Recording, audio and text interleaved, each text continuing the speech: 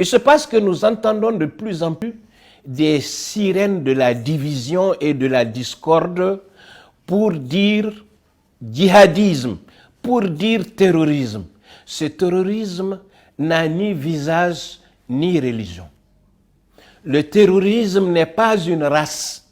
Le terrorisme n'est pas une ethnie. Le terrorisme, c'est la défense des intérêts occidentaux portés par des nègres de salon et des gens qui n'ont pas la bonne information. On ne peut pas tuer son frère au nom de Dieu. On ne peut pas détruire un village au nom de la religion. On ne peut pas brûler des animaux vivants au nom de la religion. Parce que le propriétaire de la religion, Dieu qui nous a créés, a dit dans ses saintes écritures et par sa parole honorable et honorée, la ikra fid-din. Il n'y a pas de contrainte en islam. Si au lieu de vaincre, il faut convaincre. Et ça a été le message des marabouts à travers villes et campagnes pour la propagation de l'islam. Au lieu de vaincre, il faut convaincre. Parce que l'adorable prophète alayhi salam a dit à l'ensemble de la Ummah, de la communauté, Al-yawma akmaltu lakum dinukum. Aujourd'hui, j'ai fini de parfaire pour vous votre religion. Toi, témoignez pour moi. Est-ce que j'ai fait mon devoir? On a répondu oui. Donc, il n'y a plus à verser le sang au nom de Dieu.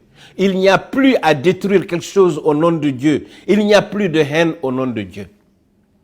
Donc, il faut bien comprendre que ce qui se passe, c'est des intérêts extérieurs qui prennent des visages divers. Prennent ici des visages ethniques, prennent ici des visages claniques, prennent ici des nègres de service, prennent ici des ethnies pour les embarquer dans une situation qu'on ne comprend pas.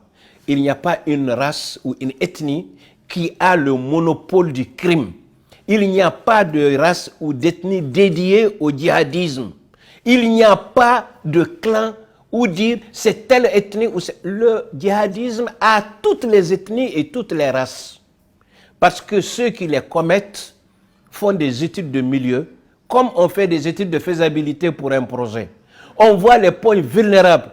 Et ces points vulnérables, c'est tantôt des populations désœuvrées, c'est tantôt des populations ignorantes, c'est tantôt des nègres de service qu'on a recrutés et formés, c'est tantôt des suppôts de la colonisation, et ils sont nombreux, variés et divers pour faire des déclarations tapageuses de nature diffamatoire, pour décourager l'armée, pour aller sur les réseaux sociaux en faisant l'apologie du crime et des djihadistes, pour s'asseoir dans les salons, critiquer les efforts de reconstruction de nos 3 soldats de l'AES, parce que la rupture AES n'était pas prévue dans les calculs de l'extérieur.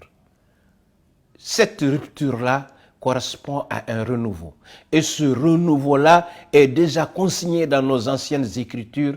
Il faut simplement réveiller les consciences des gens et leur dire qu'on ne se développera que dans sa langue, qu'on ne se développera que par ses valeurs positives cardinales, qu'on ne doit travailler que pour l'intérêt du peuple, qu'on ne doit exister que par la volonté du peuple, et tout ce qui se fait doit se faire pour, par et avec le peuple. Et c'est bien ça, le créneau articulé en 3 points par notre colonel Assimi. Et c'est ça qu'il a dit en 3 points, et c'est ça que l'ensemble des présidents de l'AES disent. Nous ferons ce que les populations ont demandé. Au Mali, les populations ont pris la parole à travers villes et campagnes et ont fait 517 recommandations que nous sommes en train de mettre en œuvre. Ces 517 recommandations sont valables pour le Niger, sont valables pour le Burkina, sont valables pour le Mali. Ce que j'ai à dire à mes frères de l'AES, c'est de dire que nous avons les recettes du renouveau en nous. C'est consigné dans l'enseignement du Do Kaïdara. Le Do Kaïdara n'est pas seulement au Mandi. Le Do Kaïdara est chez les Sénoufos. Le Do Kaïdara est chez les Dogons. Le Do Kaïdara est chez les Pels et chez toutes les ethnies. C'est quoi? Ce sont les rites initiatiques de formation de l'homme et la construction du Maya dans chaque ethnie et dans chaque race. Si vous posez la question à Amadou Ampateba, Il va vous dire que le cycle initiatique dans le monde Peul, c'est des portions de 7 ans, 7 ans, 7 ans, 7 ans, 7 ans, jusqu'à devenir. Si vous posez la question aux gens du Mandé dans le dos Kaïdara, ils vous disent que c'est des portions de 5 ans, 5 ans, 5 ans, 5 ans, 5 ans.